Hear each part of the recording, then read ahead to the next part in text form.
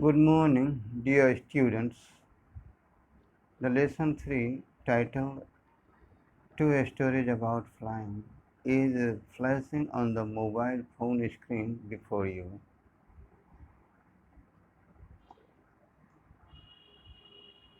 There is two sections in this lesson. The first section is titled His First Flight, and in the second section there is a story titled Black Aeroplane. So this lesson has been taken from the students of sorry. This lesson has been taken from the book First Flight for the students of class 10. In the first section, the story titled His First Flight, this lesson, this story gives a message, gives a lesson to us. Parents, men, animals, and birds all love their children. They help them grow, have confidence and courage in themselves to stand on their own feet and face the world boldly. The first flight is the story of a young seagull who was afraid to fly.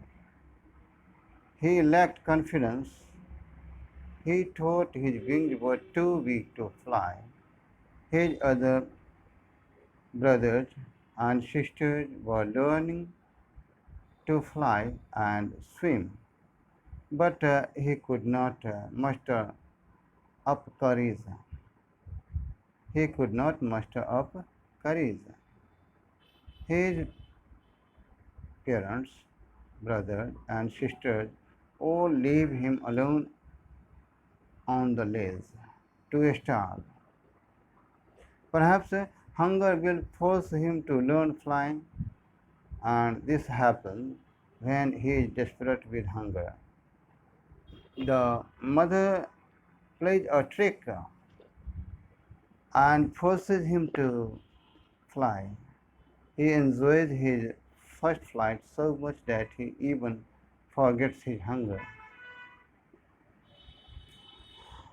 Hmm. Now I try to make you understand in your mother tongue.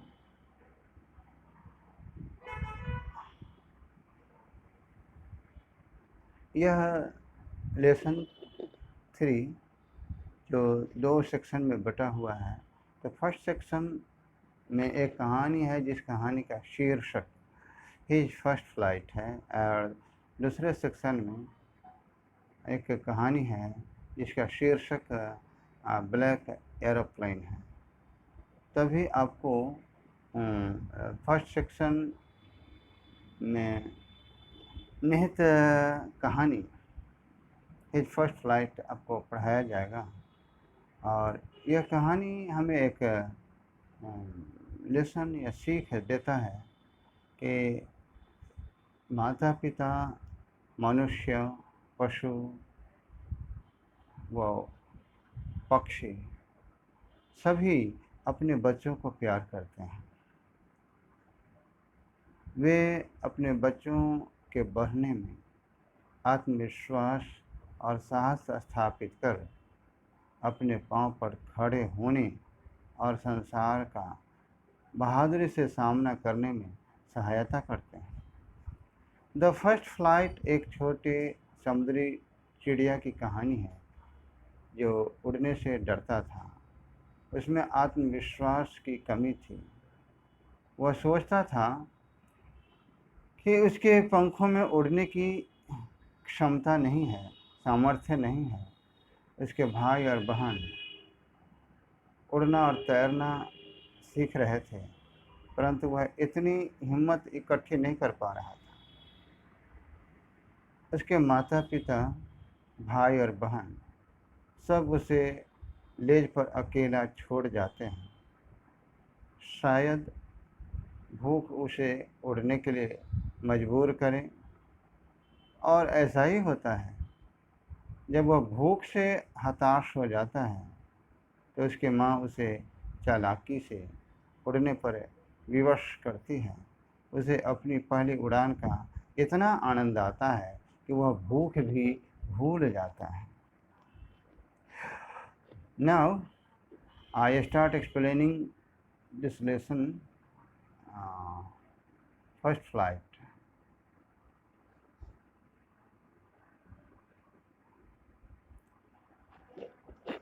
The young seagull was alone on his ledge. His two brothers and sisters had already flown away the day before. He had been afraid to fly with them. Somehow, when he had taken a little run forward to the brink of the ledge and attempted to flap his wings, he became afraid.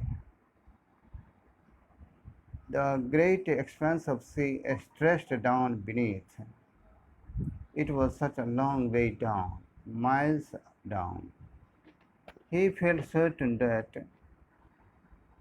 his wings would never support him, so he bent his head and ran away back to the little hole under the ledge where he slept at night. Even when each of his brothers and his sisters, whose wings were far shorter than his own, ran to the brink, flapped their wings, and flew away, he failed to muster up courage to take that plunge which appeared to him so desperate. His father and mother had come around, calling to him shrilly, upbraiding him, threatening to let him starve on his ledge unless he flew away, but for the life of him he could not move.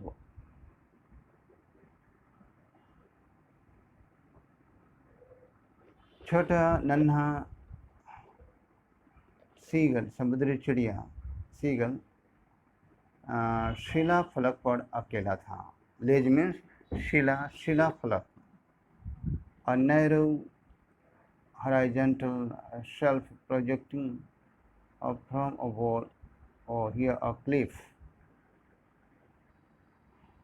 तो शिला फलक पर अकेला एक नन्हा seagull था।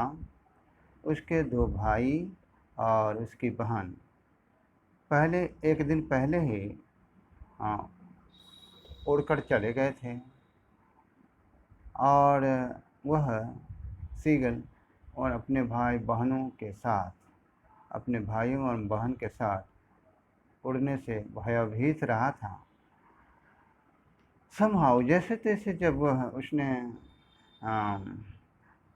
शिला फलक के किनारे तक एक छोटी सी दौड़ लगाते हुए जब आया, छोटी सी दौड़ जब उसने लगाई और थोड़ा दौड़ते हुए किनारे तक आया, शिला फलक के किनारे तक, और अपने डैने को फड़फड़ाने का प्रयत्न किया,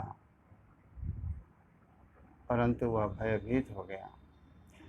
समुद्र का विशाल फैलाव उसके नीचे फैला हुआ था। यह समुद्र इसके नीचे मीलों मील नीचे फैला हुआ था। उसे विश्वास हो गया था कि उसके डैने उसे कभी सहायता नहीं करेंगे, मदद नहीं करेंगे। इसलिए उसने अपना सिर झुकाया और शिलाफलक के नीचे एक छोटे से छिद्र की तरफ दौड़कर वापस चला गया, जिस छिद्र में वह रात को, जहाँ पर वह सोता था। जबकि उसके हर भाई और उसकी छोटी बहन, जिनके डैने उसके डैने से भी छोटे थे। वो किनारे तक दौड़ कर आते थे और अपने डैनों को, अपने पंखों को फड़फड़ाते थे और उड़ जाते थे। तो अंतरिक्ष में वैसा गोता लगाने की हिम्मत वह जुटाने में विफल हो गया, वह हिम्मत जुटा नहीं सका। हाँ, जो गोता उसके लिए बहुत ही निराशाजनक मालूम पड़ता था। तो उसके पिता और उसकी माँ, उसके माता पिता उसका चक्कर लगाते थे और उसे बड़े ज़ोर से पुकारते थे, अपब्रेडिंग हम, यानी स्कोल्डिंग हम, चाइडिंग हम, उसे डांटते थे और उसे धमकी भी देते थे कि जब तक अनलेस ही फ्लू अवे, जब तक तुम नहीं उड़ोगे तब तक तुम इस शिलाफलक पर भूखे मरोगे। लेकिन अपनी जान की खातिर भी वह वहाँ से नहीं हिला। That was 24 hours ago. Since then, nobody had come near him. The day before, all day long, he had watched his parents flying about with his brothers and sisters, perfecting them in the art of flight, teaching them how to skim the waves and how to dive for fish. He had, in fact, seen his older brother catch his first herring and devour it, standing on a rock, while his parents circled around raising a proud cackle. And all the morning, the whole family had walked about on the big plateau midway down the opposite cliff, taunting him with his cowardice. 24 घंटे हो गए थे, 24 घंटे बीत गए थे, तब से उस सीगल के पास कोई नहीं आया था। और एक दिन पहले, यानी सारा दिन, उसने अपने भाई बहनों के साथ अपने माता पिता को उड़ते हुए, उड़ान की कला में उन्हें पारंगत करते हुए,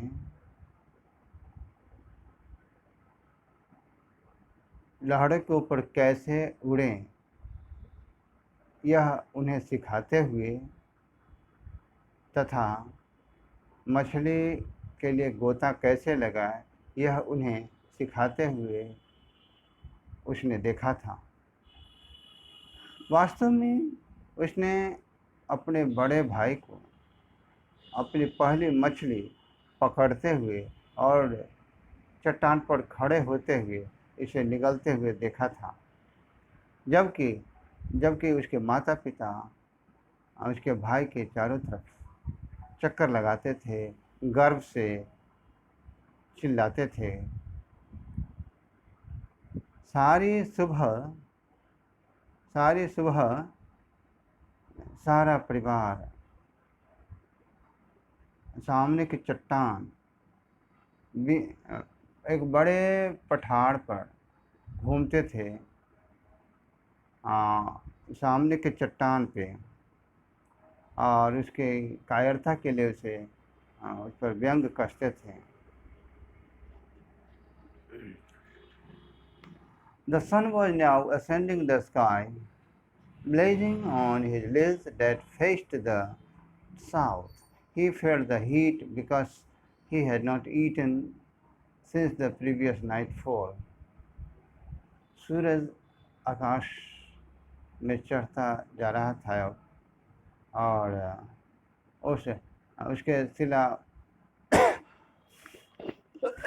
फलक पर तेज धूप पड़ रही थी, मैंने उसके शिला फलक को और तप्त हो रही थी धूप में, यानी वह सूरज उसके शिला फलक को तप्त कर रही थी जो शिला फलक दक्षिण की तरफ थी।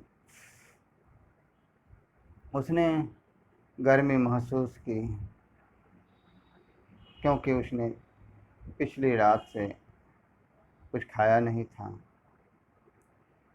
He stepped slowly out to the brink of the ledge, and standing on one leg with the other leg hidden under his wing, he closed one eye, then the other, and pretended to be falling asleep. Still, they took no notice of him. He saw his two brothers and his sister lying on the plateau, dozing with their heads sunk into their necks. His father was preening the feathers on his white back. Only his mother was looking at him. He was standing on a little high hump on the plateau, her white breast thrust forward. Now and again she tore at a piece of fish that lay at her feet and then scraped each side of her beak on the rock. The sight of the food maddened him. How he loved to tear food that way, scraping his beak now and again to wet it.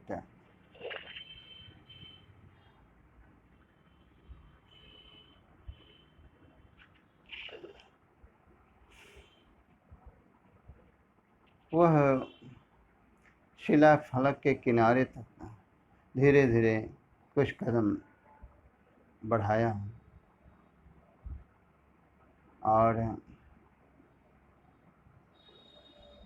अपने डैने के नीचे दूसरे पैर को छिपाकर एक पैर पर वह खड़ा हो गया। उसने एक आंख बंद कर ली और तब दूसरी आंख, और तब उसने सो जाने का बहाना किया।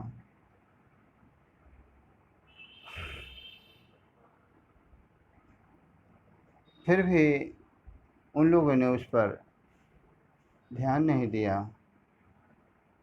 उसने अपने दो भाइयों और अपनी बहन को अपनी गर्दन में अपने सिर को डुबोकर पठार पर ऊँघते हुए पड़े हुए देखा। उसके पिताजी अपनी सफ़ेद पीठ पर के पंख को ठीक कर रहे थे। हाँ, अपनी चोंच से अपने पंख के बालों को संवार रहे थे। अपने पीठ पर के पंख को, बालों को, पंख के बालों को संवार रहे थे उसके पिता। और केवल उसकी माँ उस सीगल को गौर से देख रही थी। वह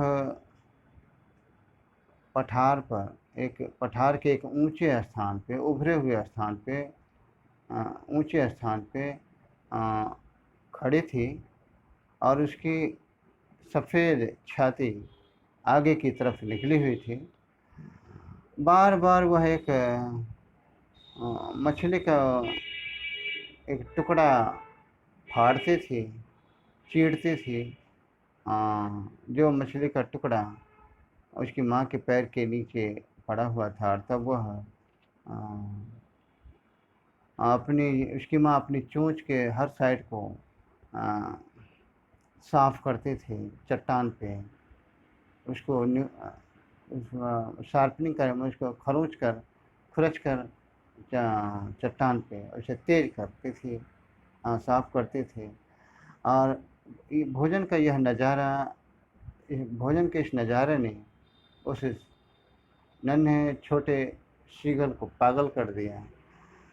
कि कैसे वह इस तरह से उसकी माँ चीरती है, फाड़ती है, इसी तरह से किस तरह वह उस भोजन को वो चीरना पसंद करता था। अपने चोंच को साफ कर के, अपने चोंच को शार्पनिंग माने तेज कर के चट्टान पर रगड़ के अपनी चोंच को कैसे वह तेज करता था। और अपनी चोंच को तेज करके वह भोजन को कैसे वह फाड़ता था। Ga, ga, ga, he cried, begging her to bring him some food.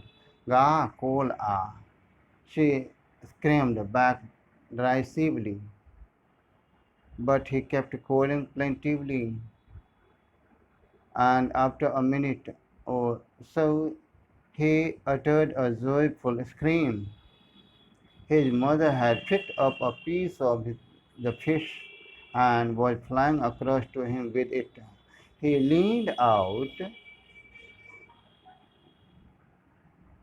eagerly, tapping the rock with his feet, trying to get nearer to her as she flew across. But when she was just opposite to him, she halted, her wings motionless, the piece of fish in her beak almost within reach of his beak. He waited a moment in surprise, wondering why she didn't come nearer, and then, maddened by hunger, he dived at the fish. With a loud scream, he fell outwards and downwards into space. Then a monstrous terror seized him, and his heart stood still. He could hear nothing. But it only lasted a minute. The next moment, he felt his wings spread outwards. The wings rushed against his breast feathers, then under his stomach, and against his wings he could feel he could feel the tips of his wings cutting through the air. He was not falling headlong now. He was soaring gradually downwards and outwards. He was no longer afraid. He just felt a bit dizzy. Then he flapped his wings once and he soared upwards. Ga, ga, ga, ga, ga, ga, ga, call ah. His mother swooped past him, her wings making a loud noise. He answered her with another scream. Then his father flew over him screaming. He saw his two brothers and his sister flying around him, curveting and banking and soaring and diving.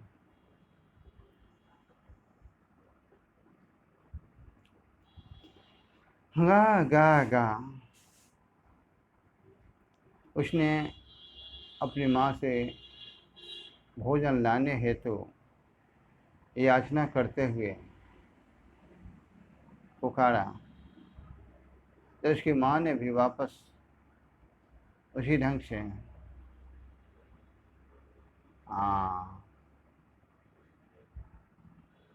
जवाब दिया, गा Cola. लेकिन वह व्यथित होकर, निराश होकर, हताश होकर अपनी माँ को पुकारता रहा। 1 या 2 मिनट बाद वह खुशी से चिल्ला उठा।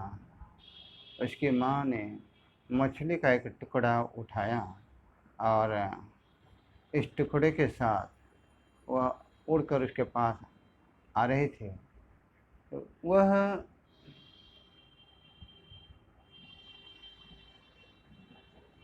आगे की तरफ झुका बड़ी उत्सुकता से और अपने पैरों से चट्टानों को थपथपाया और अपनी माँ के निकट और निकट होने का उसने प्रयास किया, जैसा कि उसकी माँ उसके पास उड़कर आ रही थी। लेकिन जब ठीक उसके सामने उसकी माँ थी तो उसकी माँ रुक गई। उसकी माँ के डैने बिल्कुल मोशनलेस, गतिहीन हो गए, रुक से गए और मछली का टुकड़ा, उसकी माँ की चोंच में मछली का टुकड़ा लगभग उस सीगल की चोंच के पहुँच के अंदर था। तो उसने आश्चर्य से एक क्षण प्रतीक्षा की, यह सोचते हुए कि उसकी माँ और निकट क्यों नहीं आती है। अर्थात वह भूख से पागल होकर उसने मछली पर डुबकी लगा दी। मछली पर उसने गोता लगा दिया।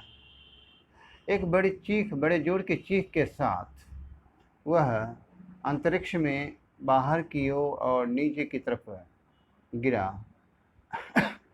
तब एक राक्षसी भाई ने उसे पकड़ लिया और उसका दिल थम सा गया मालूम पड़ा। लगा कि उसका दिल बिल्कुल रुक गया। वह कुछ नहीं सुन सकता था और यह स्थिति मात्र 1 मिनट तक रही। दूसरे क्षण उसने महसूस किया कि उसके डैने बाहर की तरफ फैल गए, उसके पंख बाहर की तरफ फैल गए और हवा इसके छाती के पंखों में लगती थी। उसकी हवा उसके छाती के पंखों से टकराती थी। उसके पेट के नीचे से हवा टकराती हुई महसूस होती थी और उसके डैनों से भी हवा टकराती थी। वह डैनों के छोर वह महसूस कर सकता था कि उसके डैने के छोर हवा को काट रहे हैं। वह सिर के बल नहीं गिर रहा था। वह धीरे धीरे ऊपर नीचे, ऊपर की ओर, नीचे की ओर उड़ रहा था, उछल उछल कर उड़ रहा था। अब वह ज़्यादा भयभीत नहीं था। उसने थोड़ा सा चक्कर तो महसूस किया। तब उसने अपने डैने फड़फड़ाए फिर, और फिर वह ऊपर की ओर उड़ा। गा खोल गा खोल गा गा गा। तो उसकी माँ भी उसके ऊपर उसके बगल से उड़ते हुए गुजरी। उसकी माँ के डैने बड़े मतलब ज़ोर से साए साए की आवाज़ करते हुए कर रही थी उसकी माँ के डैने। और वो माँ अपने डैने से हवा को चीरते हुए उसके ऊपर से गुजरी। तो उसने अपनी माँ का जवाब उसी चीख के साथ दिया, खुशी से। तब उसके पिता खुशी से चिल्लाते हुए इसके ऊपर उड़ान भरे। तब उसने अपने भाइयों को और अपनी बहन को इसके चारों तरफ उड़ते हुए देखा। फुदक फुदक कर उड़ते हुए देखा, आरी तिरछे उड़ते हुए देखा, सोरिंग छलांग लगाते हुए उड़ते देखा, गोता लगाते हुए देखा अपने भाइयों और बहन को। Then this video is getting long, so I drop it and I'll upload the rest in other video. Thanks.